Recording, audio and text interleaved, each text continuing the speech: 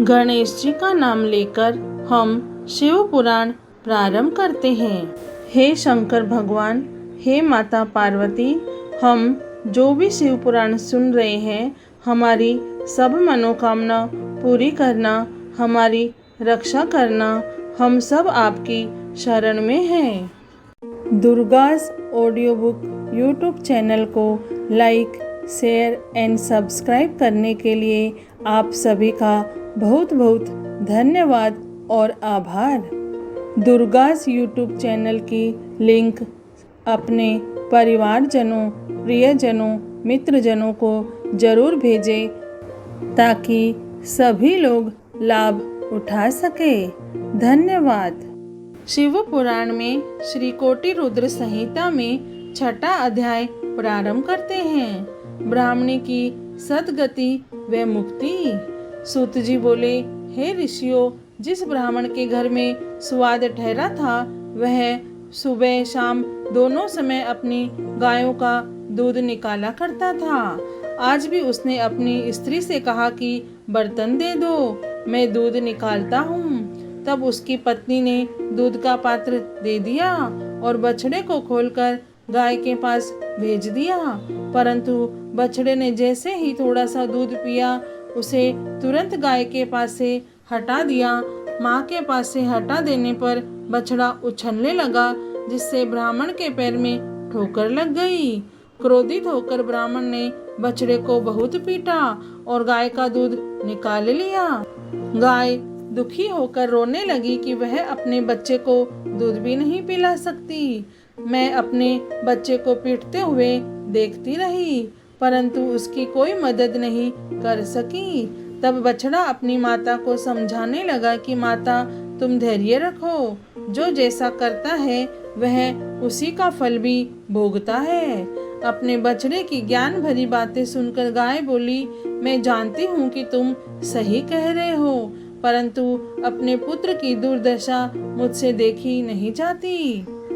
मुझे उस ब्राह्मण को दंड देना ही होगा, क्योंकि यदि मैं कुछ नहीं करूँगी तो यही सब बार बार होगा। तब बछड़ा अपनी माता से बोला, माँ, यदि आप ब्राह्मण को मारोगी तो आपको ब्रह्म हत्या का पाप लगेगा। अपने पुत्र की ऐसी बातें सुनकर गाय ने कहा, पुत्र, तुम ठीक कह रहे हो, परंतु गाय को सताने का दंड ब्राह्मण को अवश्य मिलेगा। बाकी रही ब्रह्म हत्या, उसके पाप को मिटाने का उपाय मैं जानती हूँ। यह कहकर गाय चुप हो गई। गाय और बछड़े की ये बातें सुवाद ने सुन ली थी। यह सब सुनकर उसने सोचा कि मैं अपनी माँ की अस्थियां लेकर काशी जा रहा हूँ, परंतु मैं यह देखना भी चाहता हूँ कि गाय ब्रह्म हत्या के पाप से कैसे मुक्त होती है और अपना बदला कैसे लेती है। प्रातः काल होने पर सुवाद वहाँ का दृश्य देखने लगा। उस दिन ब्राह्मण ने अपने पुत्र से दूध निकालने के लिए कहा। उसके पुत्र ने भी गाय के बछड़े को पीटना शुरू कर दिया, जिससे गाय को क्रोध आ गया और उसने अपने सींगों का प्रहार लड़के की बगल में कर दिया। यह देखकर ब्राह्मण ब्राह्मणी दोनों दौड़ते हुए अपने पुत्र के पास आए, परंतु कुछ ही देर में उनके पुत्र के प्राण पखेरु उड़ गए। तब हाहाकार मच गया, सब रोने लगे। ब्राह्मण ने पीट पीट कर गाय और उसके बछड़े को घर से निकाल दिया। ब्रह्म हत्या की दोषी उस गाय का रंग सफेद से काला पड़ गया। जैसे ही गाय और बछड़ा घर से निकले, वह पथिक स्वाद भी उनके पीछे पीछे चल पड़ा। यह देखना चाहता था कि गाय क्या करती है और कहाँ जाती है। चलते चलते वे नर्मदा नदी के किनारे पहुँचे, जहाँ पर पहले से ही नंदिकेश्वर महाराज विराजमान थे। गाय ने नर्मदा नदी में 3 गोते लगाए और उसका काला रंग पुनः सफेद हो गया। यह देखकर स्वाद को बड़ा आश्चर्य हुआ। गाय वहां से निकलकर कहीं अन्यंत्र चली गई। तब नर्मदा को प्रणाम कर ब्राह्मण पुत्र सुवाद ने भी नदी में स्नान किया। फिर नंदिकेश्वर का विधि पूर्वक पूजन करने के पश्चात वह काशी को चल पड़ा। रास्ते में सुवाद को एक युवती दिखाई दी जिसने सुंदर वस्त्र एवं अलंकार धारण किए हुए थे। उसने सुवाद से पूछा, ब्राह्मण देवता, आप इस प्रकार प्रसन्न होकर कहाँ से आ रहे हैं और कहाँ जा रहे हैं?